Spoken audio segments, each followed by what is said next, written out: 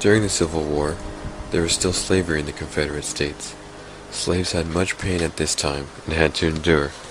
They faced poor working conditions while harvesting for their white slave owners and poor sleeping conditions with only a blanket on the hard floor, and received brutal beatings which most slaves did not survive. One persevering slave, Hubbard Pryor, along with a fellow slave, would find signs promising freedom for fighting against the Confederate States. Pryor would run away from captivity to help end the one problem that was on everybody's mind: slavery. How he would do it would be to join the Union Army and fight to bring back America in one piece, ending the war, and more importantly, ending slavery. When he signed up for the Army, he was given a rifle and sent straight to boot camp, where he learned to fight in the field. Unfortunately, Pryor was killed in the Battle of Appomattox, where the infamous tactician Robert E. Lee surrendered to the Union Army. While under containment, Lee was forced to give up the Confederacy. America had survived the Civil War.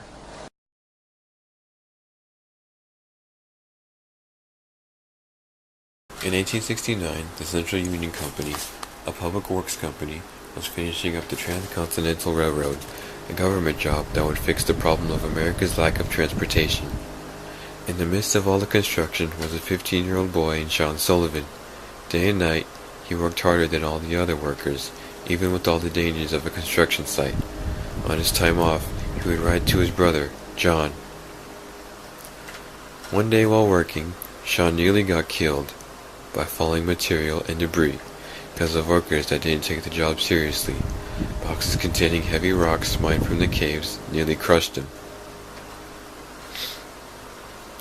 In recreation, Sean also read books, while other workers fought and got drunk. Eventually, the railroad was finished after 6 years of hard work. Fast forward to 1959. Communism is in Vietnam. Someone must stop it from spreading. That someone is the USA. President Eisenhower ordered troops to Vietnam to stop communism in its tracks.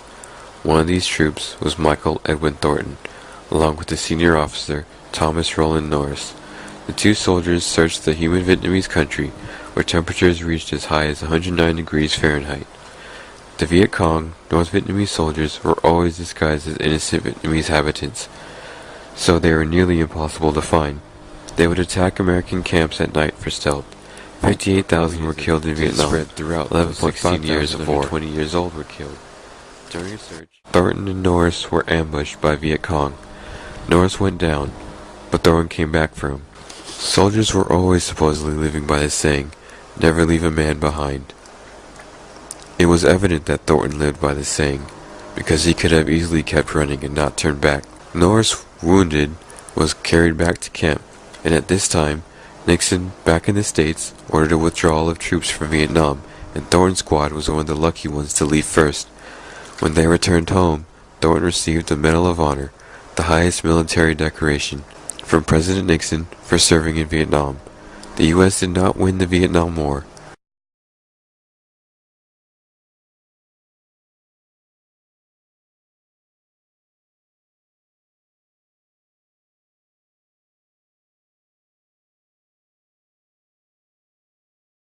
Meanwhile in Cuba, nuclear weapons were being installed from the Soviet Union.